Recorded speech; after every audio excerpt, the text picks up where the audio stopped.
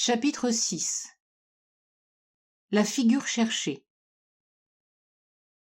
Un beau jour de cette année-là, le docteur qui observait tout s'aperçut d'un changement dans la famille. Madame Laure ne pouvait cacher le désir qu'elle avait de voir Diane renvoyée au couvent. Ce n'est pas qu'elle la détestât, Madame Laure n'était pas méchante. Elle n'était que vaine, et elle n'accusait Diane d'être sotte que parce qu'elle était sotte elle-même.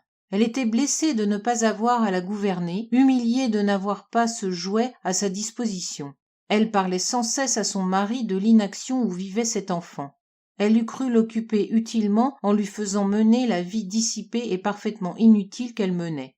Flochardin ne savait plus que penser. Il était partagé entre les tiraillements de sa femme et les avis du docteur.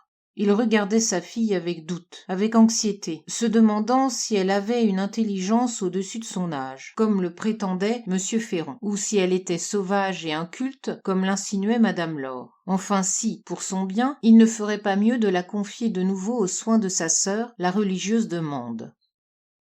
De son côté, Diane, apaisée par les sages paroles de Jofrette, par le retour à la santé et par son bon naturel sans rancune, ne paraissait pas se tourmenter des petits reproches aigres et secs que lui lançait sa belle-mère. Mais elle ne l'aimait plus et ne cherchait plus à s'en faire aimer. Cette belle dame lui était devenue indifférente. Elle songeait à toute autre chose.